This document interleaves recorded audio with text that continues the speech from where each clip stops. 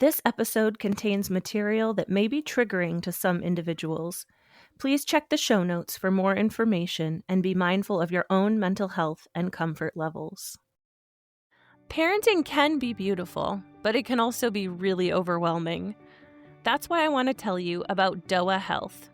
They bring together coaching, workshops, and on-demand support designed specifically for parents, all reviewed by maternal health professionals. It's about caring for every part of you, not just surviving the day-to-day. And yes, you'll even find Quiet Connection episodes featured right inside DOA, so we can keep walking this journey together. If you're ready to try it out, Quiet Connection listeners can get 10% off with the code QUIET10, all uppercase and the number 10. Just head to doahealth.com or grab the app in the App Store.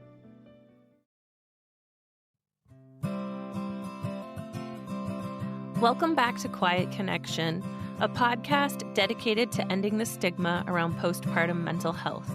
I'm Chelsea. Today, I'm joined by Rachell, a nurse, tech innovator, and maternal health advocate who opens up about her long and painful journey through recurrent pregnancy loss, medical dismissal, and finally, the fight that brought her son into the world. Rachell's story is one of resilience and advocacy, and she's now using her experience to support others through her nonprofit, A Light After 9, and her patient advocacy app, SpeakRx. This is a conversation about grief, hope, and turning pain into purpose. Here's Rachell. Hello! Today I'm here with Rachell. Rachell, how are you? I am doing great. Glad to be here. I am so excited to have you here.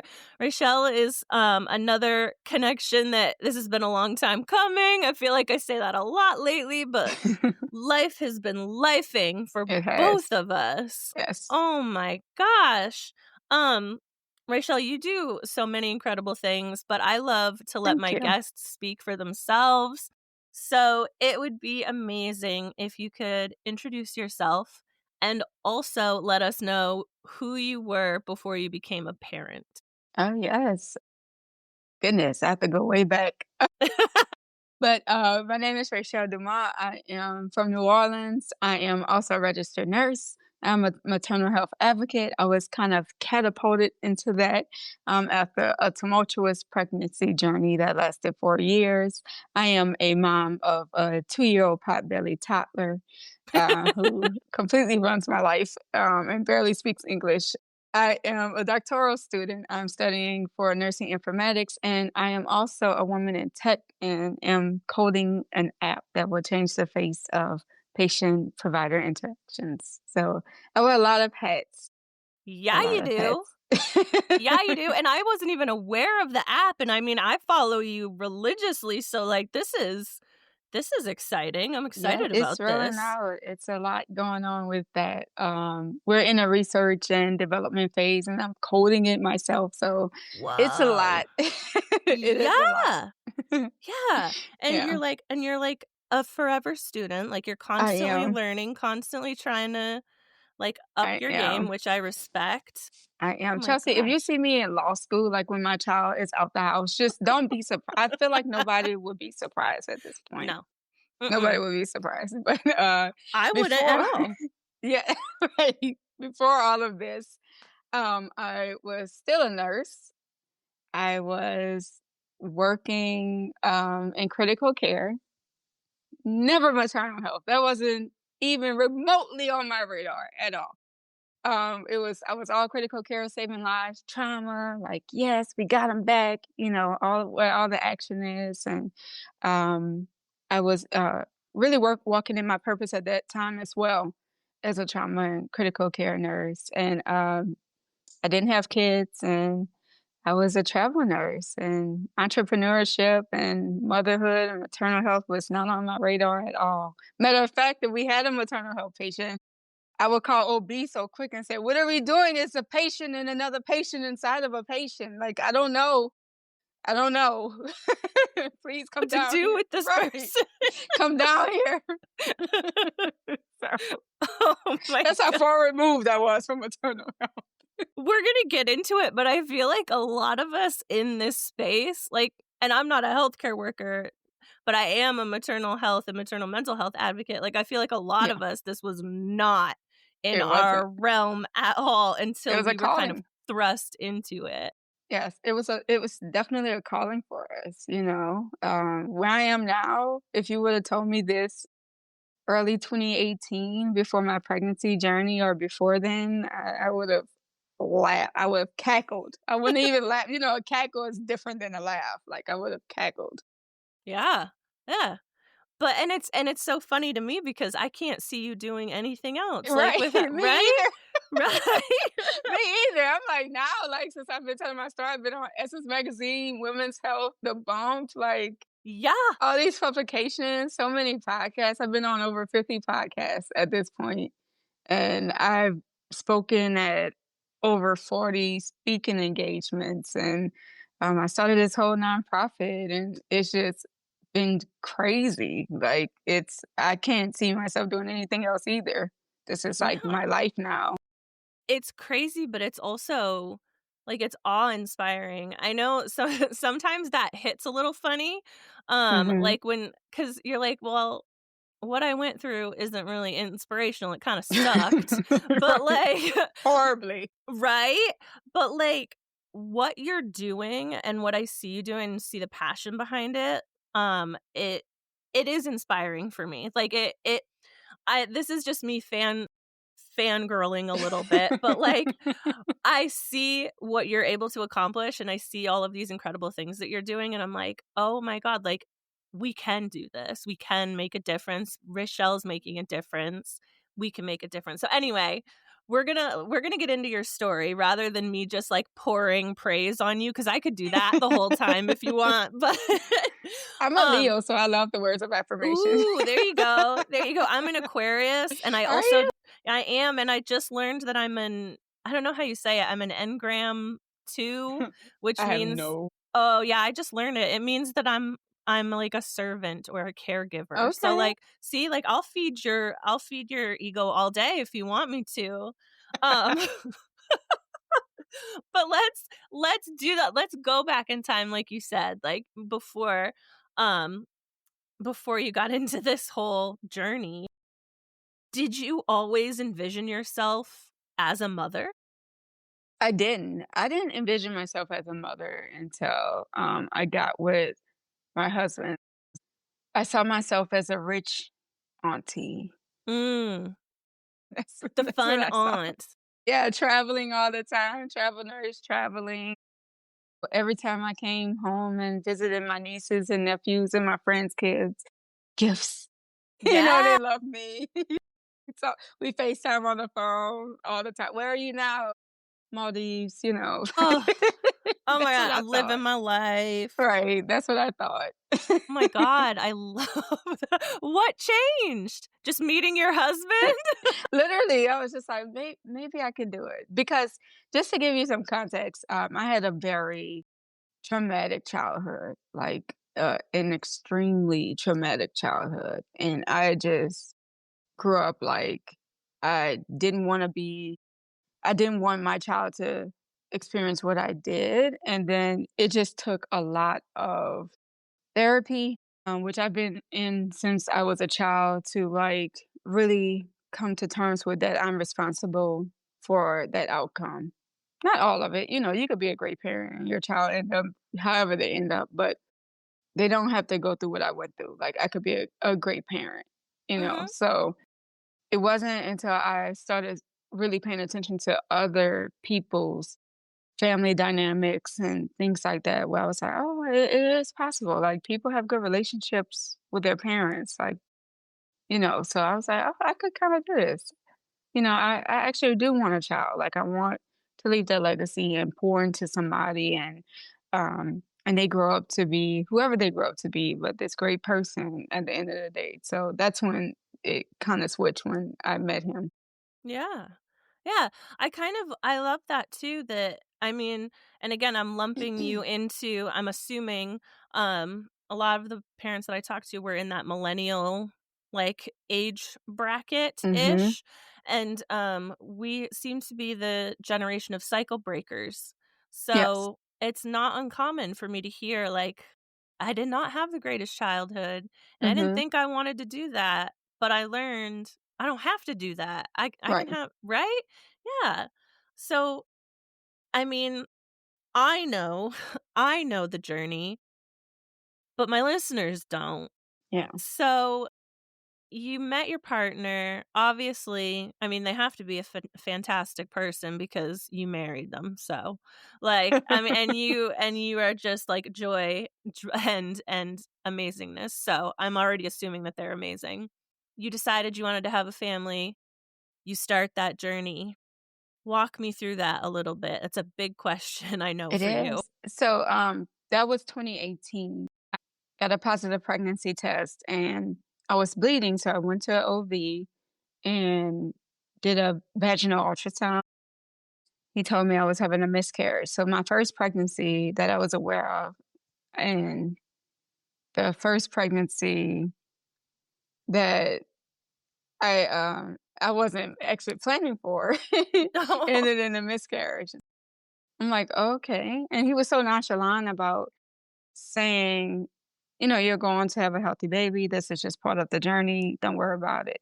So me being a critical care nurse and not anything in maternal health, I'm like, "Oh, is this like what women are out here experiencing? Like, is everybody having a miscarriage?" And it's just like, "Oh, okay, cool. I'll have another one." So I'm Yeah, like, "Oh, okay. Well, I guess when like we start to try, it'll be fine, I guess." yeah, yeah, Right? right? Yeah, you didn't have any context to go Right. with. And I was like, the doctor's fine with it, so I guess I'm fine with it. So, Yeah. I went on, continued doing travel nursing. Actually, in 2020, went to New York to help out with COVID, Wow. and yeah, I caught COVID, and I was Oh, like fighting for my life between my hotel room and the ER where I was working. I wasn't working in the ER, but in the hospital that I worked at. And once I got better, which took weeks, I came back home to Atlanta, and not too long after that, I fell pregnant. I was at work, did a pregnancy test. My boobs were hurting and, things didn't feel like they usually felt. So I went to the ER this time because I was bleeding. I'm like, mhm, okay, here, am I having another miscarriage? And they did a vaginal ultrasound. They cleared me and they were like, yeah, you're fine. You may have what's called a subchorionic hemorrhage, mm, which is a sac of blood that's often formed during the implantation period when the babies are digging into your uterus to implant. Sometimes they leave that sac of blood. Oftentimes, it's reabsorbed by the body. If you do go on to have a healthy pregnancy, it's fine. There's a small amount of times where it's not fine. So he said, babies look fine. It was twins. I know. What do you mean twins? First of all. He said, follow up with your OB. And by the time I got to the OB, the bleeding got worse. I had 10 out of 10 pain, like cramping so, so bad. And I started feeling nauseous and vomiting. I was really sick, Chelsea. Like I was sick. I'm like, yeah, it's hard for me to drive to this appointment. Like I'm hunched over in the ER. I mean, in the waiting room at the OB. She did the ultrasound. Babies look good. She said, yes, there's a subchorionic hemorrhage, but everything looks fine. She did like just a standard blood test to check my hemoglobin to make sure I'm not bleeding out too much, and she put me on iron just to help bring that back up. But I kept being sent home. And I'm calling after hours because my pain is getting worse. Like I can't sleep, I can't lay down, I can't stand up, I can't walk. The bleeding is bad. I'm like, this doesn't just seem like like a normal thing, yeah, like they're telling me it is. So I'm going to the ER, I'm getting sent home, and at 13 weeks and 3 days, I lost the first baby mm, and all my symptoms went away. So I'm like, okay, I feel better. I still am pregnant. I'm going to be okay. At a little over 13 weeks, I went back to the OB. They confirmed that the baby was gone, like the first baby was gone, and that everything looks fine. So I was comfortable enough to allow my friends to throw a gender reveal, which it's 2020. It was virtual, but they came to my house to set up. Go to the bathroom, like at the start of the gender reveal, and the baby just falls out. Mm. It just falls out. And I'm like devastated. I'm like, what could I have done differently? Like, Yeah. could have, what could I have said to make this not happen? And I Yeah. felt like so guilty for some reason, despite of this happening to me. Mhm. It's such a weird feel. Well, and how were you still 13 weeks or you were over 13 weeks at that No, point? at this point, we were 2 weeks later. So we're 15 So weeks and 15 weeks. 2 days, like literally 2 weeks later. Oh my gosh. And so something that is striking me when you're talking about this too is that it feels like you were just dismissed over Oh, and a over and hundred over again. percent. 100%. I was sent away so many times. Well, the ultrasound looks fine. There was no full evaluation or deeper digging to see if there were any genetic components of the loss, any thyroid issues at play, any autoimmune diseases. All those things could contribute to losses. I was never sent to a specialist Mhm. to monitor me. Later on, I found out about reproductive endocrinologists and maternal fetal medicine doctors, all these specialists. And I just felt robbed of that opportunity. So, yeah, it was just weird. Well, I mean, weird is putting it lightly. Like, yeah, you were experiencing even with no context. Like, yes, you're a nurse, but like you said, like if it had to do with OB, you were like, someone else take this. Um, you knew your body, you knew something was wrong. And that's not even tapping into the mental aspect of all of this. You've lost a Right. pregnancy that wasn't planned. That Hmm. one you kind of were like, "Okay, all right, well, everything's gonna be fine." This one was planned, not twins necessarily, Right. but, um, and then you lose one and are kinda told like, "Yep, the other one's fine." It's like, "Okay, but what about this first one's not?" And then you lose your second one, like, at that point in time, did you feel like you were able to grieve, or was that even a point like, were you even at that point? So it was grieving was like not my main priority. My Yeah. main priority began to be figuring out what was wrong with me. I Mm, went into nurse mode, fix it mode, like what is going on? Y'all are saying all these things are normal, but losing 3 babies now is not normal. And also there was like this air of distrust between me and my providers because I am told it's normal, go home, rest, it's normal. And then I lose the baby. How was it normal? yeah. It's just it was just a lot. So now I'm like, okay, should I switch provider? Do further investigation somehow? Is there like a third opinion I should get? Because this is a different OBGYN than the one in 2018. Mhm. So I went to the ER after the loss just to make sure like all the placenta could be removed and I don't get an infection and then sepsis and die. Yeah. You know. So I go to the ER. It's 2020. Granted, I don't want to be there, Yeah. especially under the circumstances. The doctor is like, "What brings you in?" Well, I just lost my second baby. I'm 15 weeks and 3 days. I went to the bathroom, and I the baby just fell out. And she said, "How did you know you were pregnant?" What? Literally her response. Are are you kidding me? You were I'm, like, flabbergasted right now. Like, what? I said, "Well, do you wanna see a picture of the baby in the toilet?" She's like, "Yeah." So I show her and she's like, "Oh, that's a baby." Yeah. Yeah, so I'm already at a point where, like, I'm thinking, "Man, I can't trust these doctors," and then then I go to the ER, and then it's just like you questioning, like, I wanna be in the ER in 2020. Like, anybody Yeah. wants to be in the ER in 2020. Like, Oh my god. nobody wants to be here, ma'am. Like, this is not something I would make up, you know? Well, and I mean, she obviously doesn't know maybe at the time that you're a nurse, but you're a human and you were over 15 weeks pregnant. How do you know you were pregnant? I because I was pregnant. Because I was Like, pregnant. Like, I right, don't like, know how to answer your question. That's why I was like, "Do you need proof?" Like, because yeah. I just told you I was pregnant.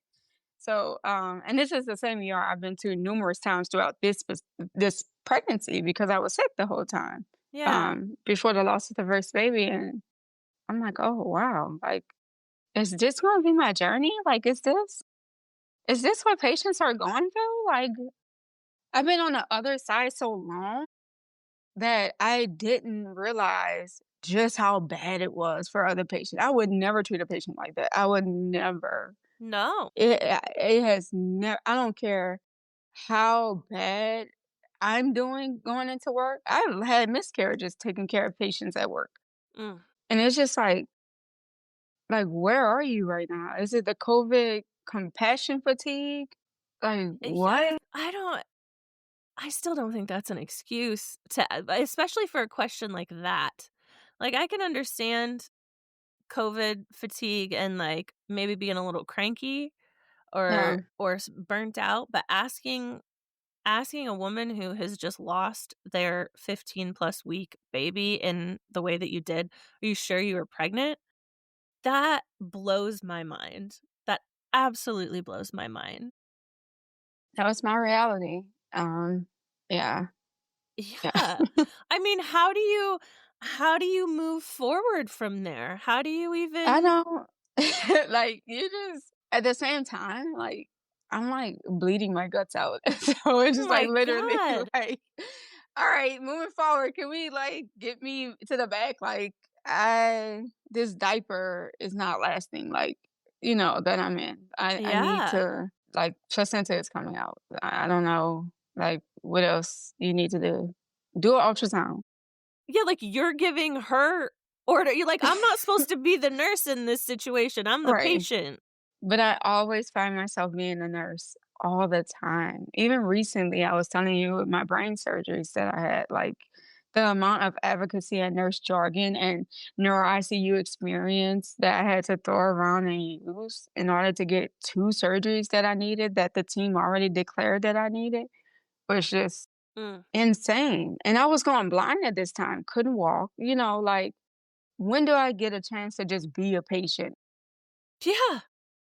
Like, I'm Well, sick, like, I can't even see it. I can't even see you. Like, no. it's That's the crazy. state of our healthcare system right now in this country, and that's Mhm. a whole other podcast, which I also host. But, But we where could definitely talk about my we other neuro issue yeah, after we that. could talk about listen, we'll have to chat after this because man, I'd love your take on that, but yeah, like, the amount of advocacy work that you had to do, and thankfully, you do have that background and you do have that knowledge, but that is the reality for not only birthing people, especially for birthing people of color, who are being dismissed over and over and over again, but just in general, even in, like, so this is not my time or my story, but in the disabled community, like, advocating for continuity of care and for Yes, doctors to communicate with each other, and, like, you have to become an expert in healthcare jargon and stuff because you it's do. not happening. So yeah, I'm all fired up for you. And I even like I know most of your story, but I don't know the details, and I'm still getting fired up right now. Like, um, how how do you make the decision after an experience like that to continue trying? Yeah, so after that, I was actually diagnosed with cervical insufficiency. So now we have a diagnosis, right? Yeah. So the cervix is too weak to carry a baby full term. So when they get heavy enough around the end of the first trimester, beginning of the second, cervix quietly opens and the baby comes out. Okay, so what do we do about that? Well, you need a cerclage. You need a suture, a stitch around your cervix to keep the baby in. Mhm. And that happens at 13 weeks. So I'm told by the OB after only being told about one type of cerclage. So I'm like, okay. The issue is moving forward, I had early miscarriages, 6 weeks, 7 weeks, 5 weeks, and things like this. So I'm like, okay. And I'm telling her I'm having these early miscarriages and she's aware. And I'm never referred to a specialist. And like I said, I'm not a maternal health nurse, so I don't know about a reproductive endocrinologist at a time and maternal fetal medicine and a reproductive geneticist. It wasn't until a friend of mine brought me into her sister's clinic and she's like, hey, you need to take progesterone suppositories to try to strengthen your cervix to make it to 13 weeks if that's what your doctor is telling you to do. I'm going to prescribe it for you. She didn't even prescribe that. Like, okay, thank you. Yeah. And then a manager of mine was like, you need to see a reproductive endocrinologist and geneticist. You need to see somebody. They need to do some testing on your uterus, genetic testing for you and your husband. We need to get to the bottom of all these losses as well because you're having early losses. Cervical insufficiency justifies the later ones, but not the earlier ones. Ask your OB for a referral. Went to the OB, asked her for a referral for both of those doctors, and she happily wrote one. I'm like, well, why didn't you recommend this like 5 losses, like 3 losses ago, 2 losses Yeah. ago? Yeah. So I went to the reproductive geneticist, and so did my husband. There was no genetic component to it. I went to the reproductive endocrinologist, and she did a thorough evaluation. She checks for thyroid issues, autoimmune diseases that could cause loss, pregnancy loss. And then she scheduled me for a procedure to check the anatomy of my uterus to see if there was an issue with the shape that was causing loss, and also to see if there was underlying inflammation that could have been causing the loss. And the day of the procedure, I found out I was pregnant. Things things Whoa. changed. I know, trust me, I'm very Yeah. fertile. I'm Yeah, very you fertile. I are. promise you. My husband didn't even touch me at this time. I don't know how I was pregnant. I don't know. It just happened. I don't know. He looked at me too long at this point. Shut up. It don't take much at this time. It don't take No, much. clearly. So, Okay, so you're pregnant, so you yeah, can't get the procedure? so I can't get the procedure.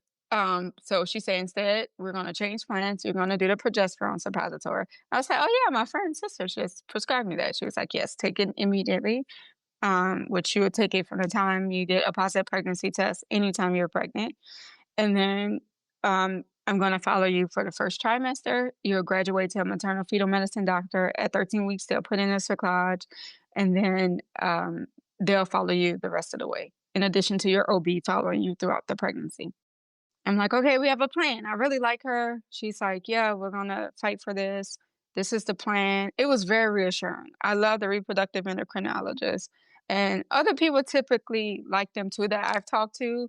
Like, that's where you like really get a plan of action. When you're like going through the trenches of infertility, your reproductive endocrinologist is the person who's like, this is what we're going to do. This is what we can do. This is what wouldn't work for you all. Mhm. It's a very reassuring appointment. And I needed that after the experiences with my providers. Yeah. I took the progesterone suppositories, made it to 13 weeks, made it to the operating room. She put in the cerclage, and that's 13 weeks, right? She said, come back at 20 weeks. And I'm like, absolutely not. I need to be seen earlier. I had 5 losses. Like, that's 7 weeks of not seeing you. Anything can happen Yeah. during that time. I just don't feel comfortable. Can I be seen sooner? And she's like, no, I've never seen one fail. If it was to fail, you'll have excruciating pain. It'll be bleeding like fireworks. Like you would know. I'm like, okay, well, at least I'll see the OB during this time. So I'm like, okay. So I left 7 weeks later. I came back. I felt great. No symptoms. I'm like, okay, write a passage, 3D ultrasound, Yeah. this appointment. So mid ultrasound, the tech leaves. And the surgeon comes in and she's like, "Your cerclage failed." Oh my god. And I'm like, what do you mean it failed? Like, I feel great. You told me it'll be like fireworks. What are you talking about? It failed. Like, I don't have bleeding. Like, the baby is kicking and moving around. I don't have pain. Like, what are Yeah. you talking about? And she's like, yeah, it failed. I was like, well, what are we gonna do? So can you like revise it? Can we put in another cerclage? Can we put me on bed rest? And she was like, well, you can go and deliver your baby. Very nonchalantly. What? So nonchalantly that I questioned if the baby would survive. I'm like when the baby died, like at 20 weeks? And she's like, yes. What? Oh my god, just literally, like, nonchalant, like, yeah. Yeah. I was like, why? Like the baby is like fine. He's like great. Like, why would I do that? Yeah. Like, I feel like I would be committing a homicide at this point. I would just go Yeah. and deliver the baby. We know the baby is fine, and like we didn't try anything. Like you just casually like. She was like, "Yeah, I could call the maternity triage to let them know you're on the way." Like it was like, what? Like, she made the decision for you. She's like, "Oh, yeah, this Yeah, is happening." like I couldn't even digest the information. Like I just came in for an appointment, felt fine. You told me I would feel horrible if it failed. Don't feel horrible. You telling me it failed. And now minutes later you're like, yeah, I could call ahead so you could go and deliver your healthy baby who's gonna die. Oh my god. So I'm like, yeah, I'm not gonna do that. Like, please get out of my way. And I left. Yeah. like Yeah. like I left the office and I'm doing research. I'm calling the village, I'm calling everybody I know. This is the scenario. We need a doctor. I found like a peer reviewed article from this study that showed pregnant persons around 20 weeks or greater with transvaginal cerclages received transabdominal ones, and they did great. Mhm. I'm like, okay, this is promising. Not getting my hopes too high, but now we have to find a doctor who will do it. We found 3 doctors, one in Atlanta, but he wasn't doing it at the time. We found another doctor in Fort Lauderdale. She wasn't answering the phone. Then we found Dr. Fogwell at Texas Health, and he calls me on his cell phone and was like, "If you wanna fight, I'm gonna fight with you. This is risky. Do you understand the risk?" I'm like, "Yes." He was like, "I need you to fly here." I'm like, "Well, doc, there's like a baby falling out my vagina." Yeah, yeah. He was like, "If you drive, like, so much could happen during that time. I don't trust to drive. I need you to fly here. It's, like, less than 2 hours." I'm like, "Okay. Alright. Should I let American Airlines know we might deliver a baby on a plane? Like, should I just go incognito, Yeah. make a big deal?" So I was like, "No, Imma tell the stewardess. Listen, there's a baby falling out my vagina. I need to get to Dallas, Texas. Don't let nobody get off the plane before me. I need to get off the plane first." Yes. Like, I need to say it where it's not threatening, like you think I'm about to do something with the plane. No, there's something in me. Like, we gotta keep it in me. Like, Yeah. so I made it there. They rolled out the red carpet. I mean, phenomenal experience. He was texting me at different times of the night. He was at my bedside at 3 a.m. I mean, I'm pretty sure Dr. Farwell is a vampire because he doesn't sleep. Like, He there's was like just no always other. there. He's just always there. There's like no other like justification for this man to always be there the way he is. He has to be a vampire. You can't convince me otherwise. But so I used to joke with him like, "Dr. Farwell, like go to sleep." He was like, "Not until you're fine." I was like, "But we know I won't be fine for a while. Like I won't really be fine till I see a baby." And the baby is healthy. But he was like, "No, we gotta get you to surgery." That 3-hour surgery took 8 hours. And I woke up, it was successful. Everybody was cheering. "You're still pregnant. We did it." That was what Dr. Fogwell did. Like he flew in women, did high risk surgeries. Like this was like his thing. And he saved so many lives and he's done so so much for women, for families, for babies, for everybody. And but the issue was when the anesthesia wore off, the contraction set in because it took too long and then it irritated my cervix and I was in labor for 30 hours. I was in labor for 30 hours and then my water broke and that was it.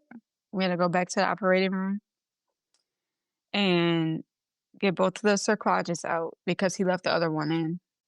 I, um I delivered a baby boy on the 18th of July, 2021, and Dr. Fogwell was like, "If that was to happen, I'm gonna bring you back, no charge, and we're gonna put in a transabdominal cerclage, which you should have had anyway, and you're gonna be a mom." And I believed him. Despite of all the craziness, I believed that. Yeah. So this was the last ditch effort, right? A transabdominal cerclage, which is like has the greatest success rate outside of pregnancy. It's not emergent. And I just felt like, I just had to try. So I had some early miscarriages in between that time, but still went to Texas that November, got the transabdominal cerclage. March of 2022, got a positive pregnancy test, followed by the reproductive endocrinologist again. Did the progesterone mostly throughout the pregnancy this time. Graduated to a different maternal fetal medicine doctor. I was seen by the OB. And then on December 30th, 2022, I gave birth to a 4 pound, 16 ounce baby boy who's been about 3 days in the NICU, who is, like I said, my now potbelly 2-year-old toddler. Yeah. Yeah. Oh my gosh. What a freaking ride. What a ride to get to that little boy. And honoring every single one of those babies that made you a mom before him. Hmm. Right, Oh my right. goodness.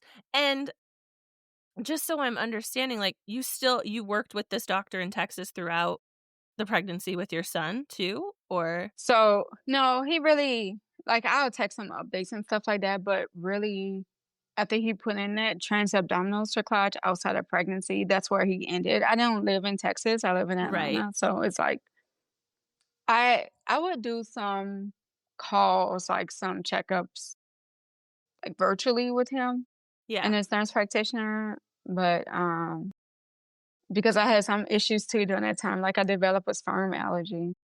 A sperm Um, allergy. yes, I developed a sperm You and can they helped me through that.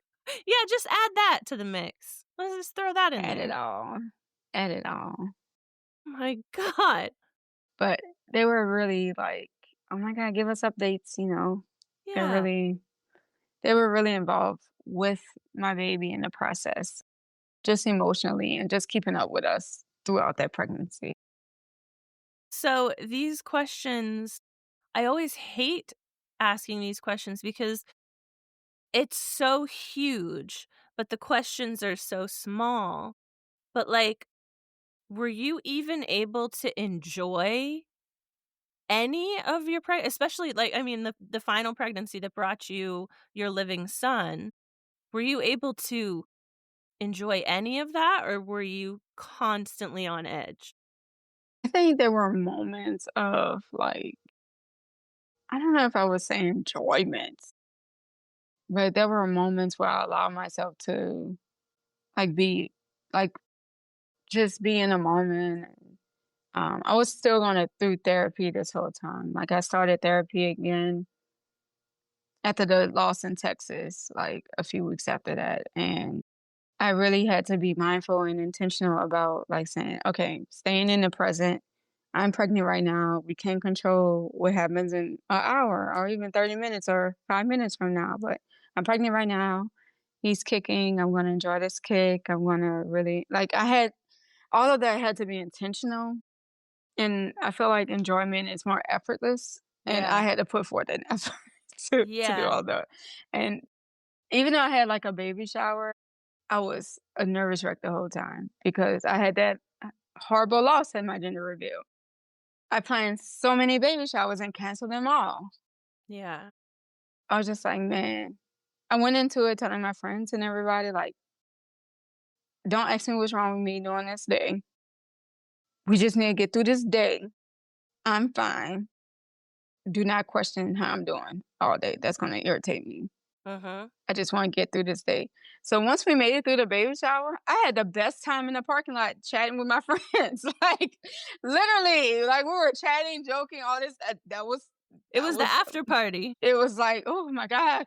Right, it was an after party. I was just like, "Oh my god, it's over. We did it. We made it through." I sent out invitations. It happened, and nothing happened with the baby. Like, we made it through. Yeah.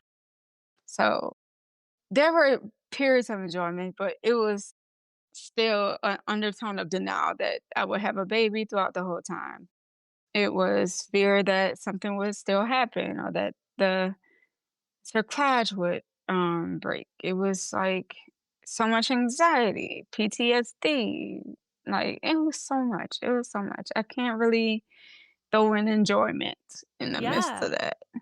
Yeah. That's what I mean, like, so asking that question is such a loaded question because it's like, Yeah. what is enjoyment? And I love that you mentioned that you were being intentional and being Yeah. present. That's a skill. That's a It is. It's skill. a muscle you have to exercise. Yes, yes, and it's also a muscle you have to exercise beyond. I'm sure you're still doing it to this day Yeah. because it leaves lasting effects. It does, and now I'm better, but, like, when I had him, even rolling back, like, the anesthesiologist because I had a C-section, Mhm. the anesthesiologist, and I were joking about great working at a hospital and COVID and all these things, and I was telling her, I was like, "Listen, you can it's okay if, like, it's an alien that comes out and not a baby, like, I'm already preparing for it to not be a baby." Like, like, I was in denial even until he cried and they showed me the baby, I was just like, "Oh my god, it's a child. Like, when did this happen?"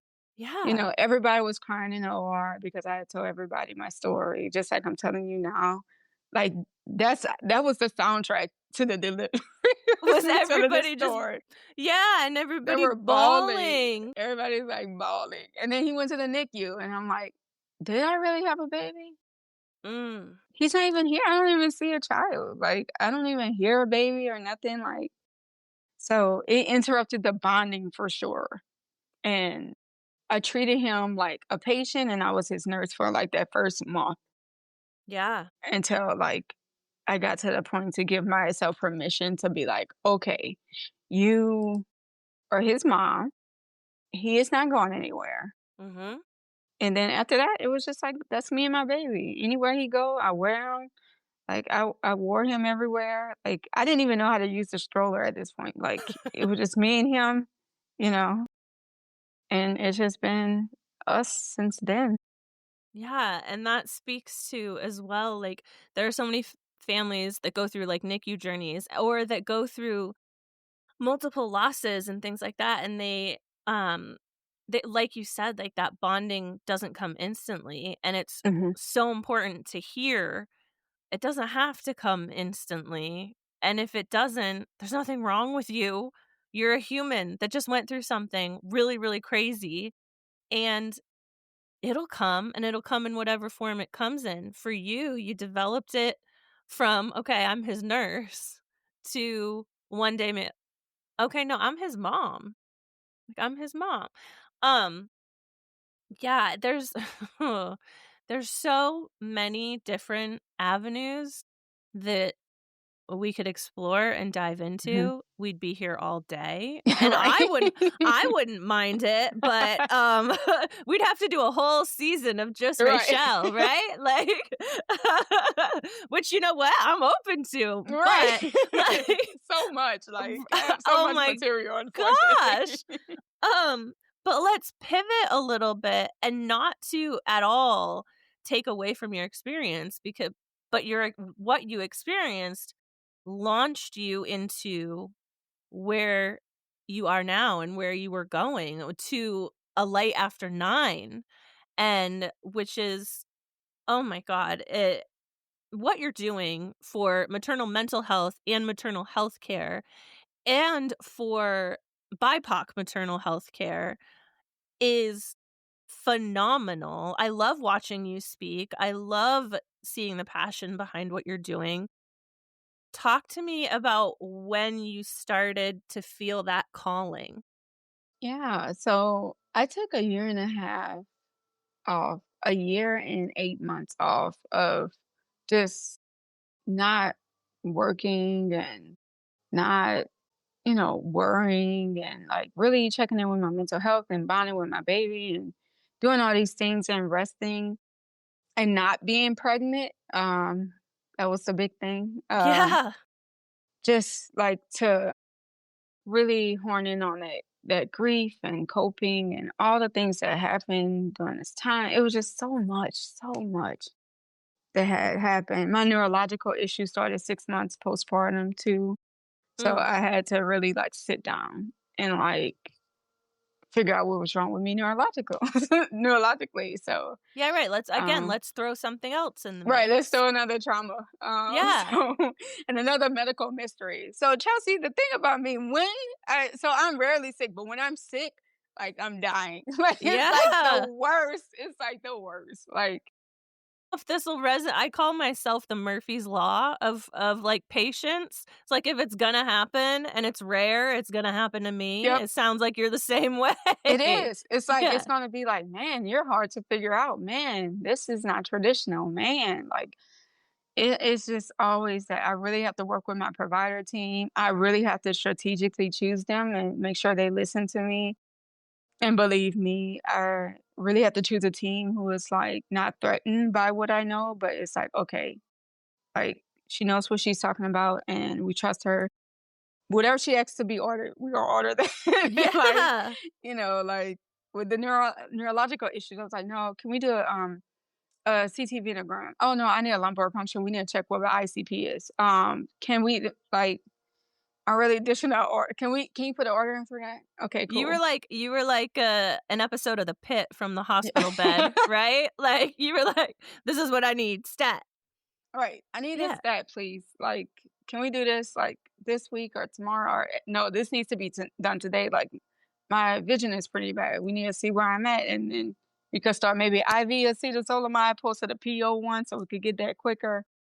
All right. It's like you're All speaking right. Greek, I have no Yes. So imagine like the people who like are dying because they can't do this. Like, Yeah. so but I did take a hiatus and then on my birthday last year, I was like, I really would hate for anyone to go through what I went through remotely. Mhm. Remotely. And I was like, I'm gonna start a nonprofit. I'm gonna help people. I could speak the language. I know advocacy.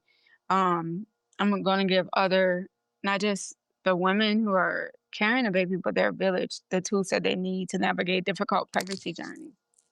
I'm going to turn my story into an interactive case study. So when I speak, just like I spoke yesterday at a conference, I presented as a case study. Love that And you do that. yeah, I love it. And the audience loves it. I always get like rave reviews, standing ovations. They use a QR code. We go through each scenario, which is each pregnancy. They choose what should have been the best care option. Of course, that wasn't what happened. It was the worst. Yeah. And at the end, I reveal it's me. So in real time, you're seeing what happens, Yeah. what the plight of not just Black women, but definitely Black women and other women, just pregnant women in the United States right now. It's hard and it's scary to be pregnant. Absolutely. Especially right now, and I again, we won't even go down this path, but, like, I can't imagine with the amount of times you were disregarded and the amount of interventions that you ended up needing, having to navigate that in today's America. I It scares me to even think about. Mhm. And it's not like it was that much better then, but regardless, um, you're doing these incredible things. You are creating villages. I want to know about your village. When you were going through all this, who had your back? It sounds like you had Yeah. awesome medical team friends that you could fall back on. Yeah, I did have like really like coworkers. I had friends. My family all lived in New Orleans, so I didn't really have like familial support in that way. So it was really me doing all the advocacy, and infertility isn't something like you wanna shout from the mountaintops either. Mhm. So, a lot of times I just went through it alone. I don't wanna say embarrassing, but just out of not wanting to traumatize people, because I didn't prepare for the trauma, the secondhand trauma that people who were along this journey with me experienced. I didn't realize that until this year when we talked about it, how traumatized they were. Like, I have friends who just haven't tried for babies, and Yeah. they're like, the one when the pregnancy when the baby fell in the toilet just was too much. I'm still trying to process that. Yeah. And here I am. Well, that happened. We gotta go on to the next one. Right?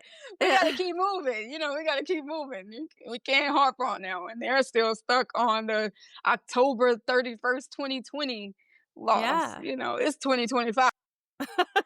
We're in a new era. Right. We're in a new and we're in my brain surgery era. I Yeah. can't think about I can't think, I can't think about that era right now. Yes. Like, this is Yeah. Jumanji, honey. I don't know. The monkeys are about to be released. I can't think about that right now. God, this is Jumanji. I think that's my new catchphrase. I It love that. is. This is It your life, is. Chelsea. Like, I've been telling people, the monkeys are about to be released. I don't know what's next. Is it the stampede with the elephants? I don't know. We're But gonna I start have to. falling through the floor. Right. I gotta keep moving. My I gotta keep God. moving. Oh my God. That really speaks to your character, though. You are a fixer. You're a fixer and a doer, and Yeah. you want to problem solve. And you're doing that not only for yourself, but you're doing that for others now. And yeah, building those villages and making those resources known and available. I just had this happens at least once an episode where all the tabs in my brain shut down. I'm sure that as a fellow, I did not have to have surgery, but I had a brain tumor.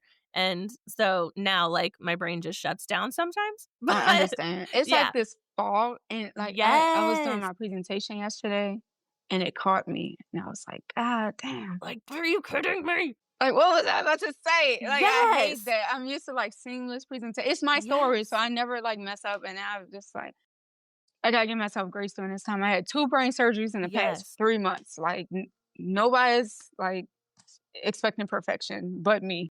No, I mean, yes, and I'm the same way. But yeah, it's like we're deep in it and I'm like, "Oh, I know exactly where I wanna go with this." And then all the tabs Yep, shut down. It's like, "Okay, all right, reboot." I'm glad you can understand. I can I be like, understand. "Oh, yeah, right?" Like, I'm glad I can be like, "Okay, yeah, my brain That's I doesn't was work the going way it used blind to." like 2 months ago. Like, I I'm very know. understanding. When you reached out to me and told me what was going on, I was like, "Holy shit, like, stop everything." Like, "Please, like, stop everything." Like, you were like, "I'm so sorry." I'm like, "Do not apologize to me." And I'll be genuinely apologetic too. Like, oh my God, like I'm so sorry.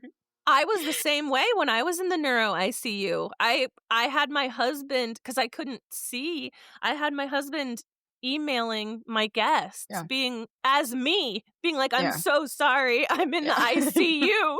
Right, Like, right, right. so I get it. So, again, I've spent a lot of this episode talking about how much I admire about you, and it's true. It's true, I really do. Life has dealt you hand after hand that should have knocked you down, and you for sheer willpower just keep getting up, and you're not even getting up for yourself every day. You're getting up for your son, you're getting up for the other moms that this is happening to, even other patients that may not be birthing people, but like you're advocating for Mhm. quality of care, continuity of care, especially mental health care and maternal care. Talk to me about where you see a light after 9 going from here? What's your, home run, hit it out of the park goal for your nonprofit? Yeah, so we want to continue to get sponsors so we can do more, and that will look like a lot of things, more events, bigger events. We really want to host a conference next year, in October during Pregnancy and Infant Loss Awareness Month. That's a major month for me. Mhm. I even lost a baby during that month on Halloween. Yeah. So we want to offer more and give more free resources, because the last thing that we will want to do is charge other people for things that we know they need when healthcare is so expensive. Like, I'm still paying for bills from losses I had like, which is it's been insane, years. which is It's been insane. years. Yeah.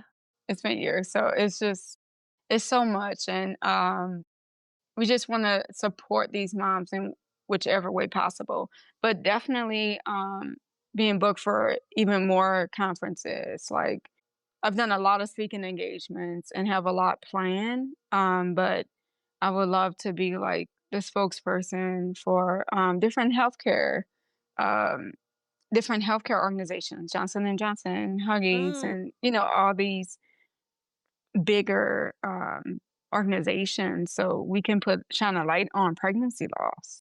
It's such a hard and tumultuous journey, but we need the support, and there needs to be a light shined on it, because so many of us go through it, and a lot of us go through it silently, uh-huh. and we shouldn't. We should have support.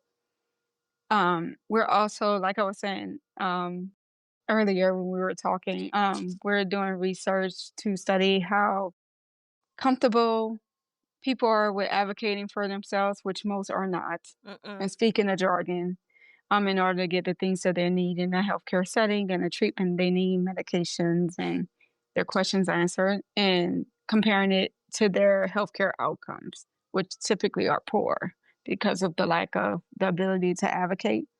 And I'm building an app to fix that, to make others more comfortable because throughout my pregnancy journey and now throughout my neurological journey where I needed 2 brain surgeries, I I had to use a lot of nurse jargon, healthcare jargon.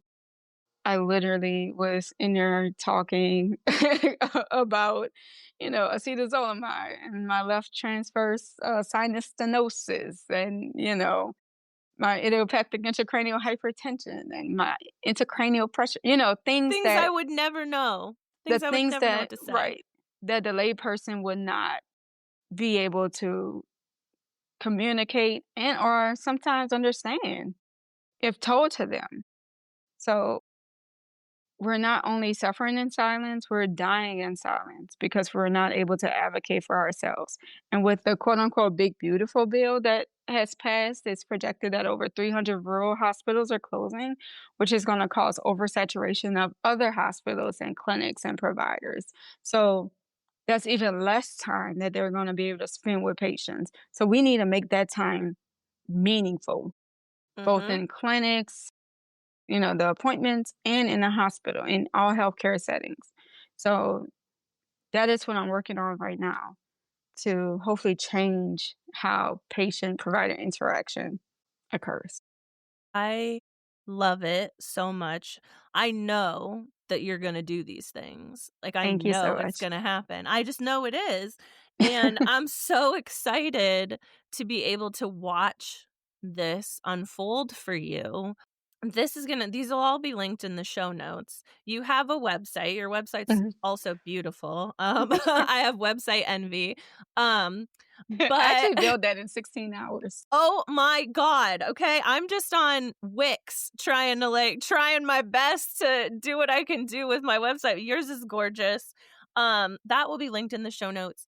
But, before I go any further, for listeners that really wanna follow along, which they should, where can they find you? Where would you like them to look for Yeah. you?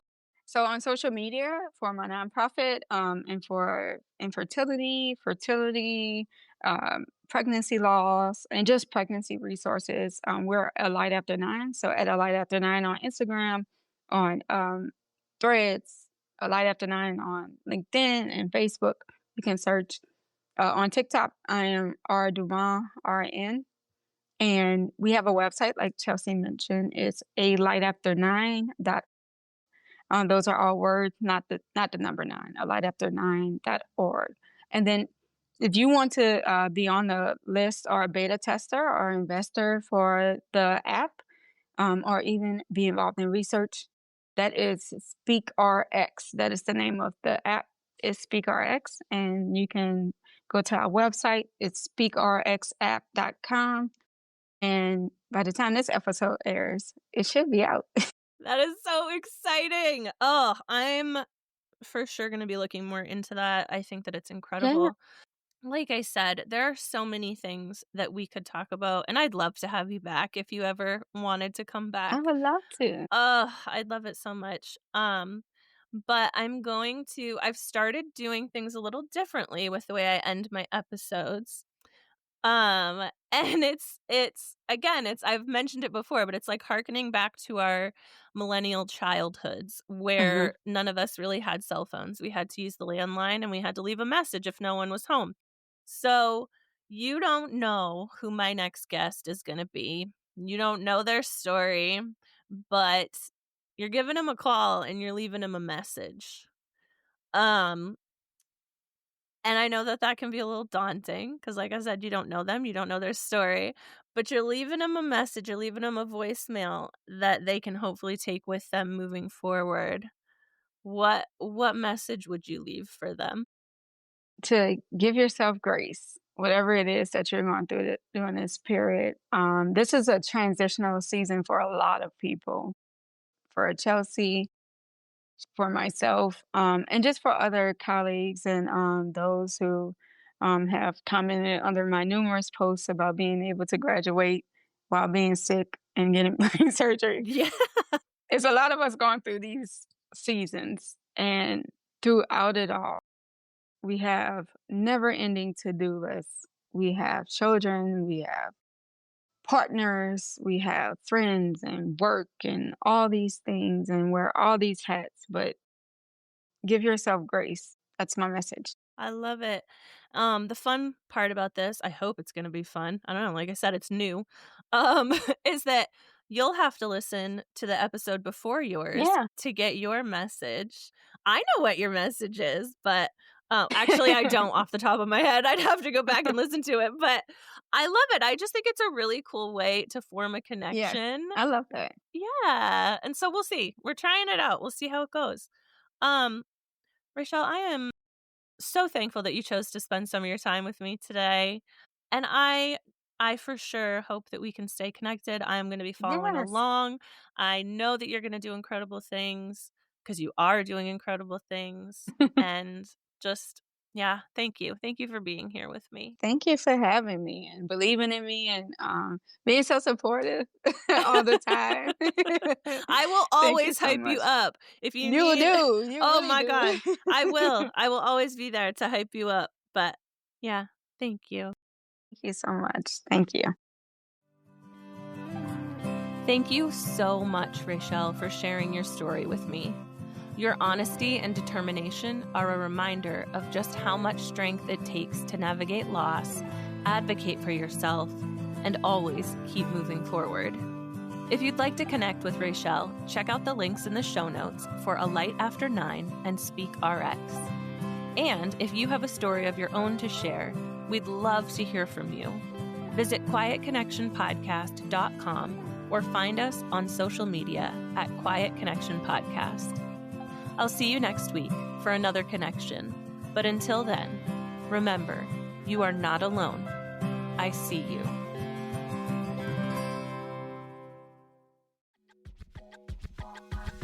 Motherhood's messiest moments, we're airing them out. Odd Moms on Call is the podcast where a no BS mom squad tackles parenting, politics, and everything in between.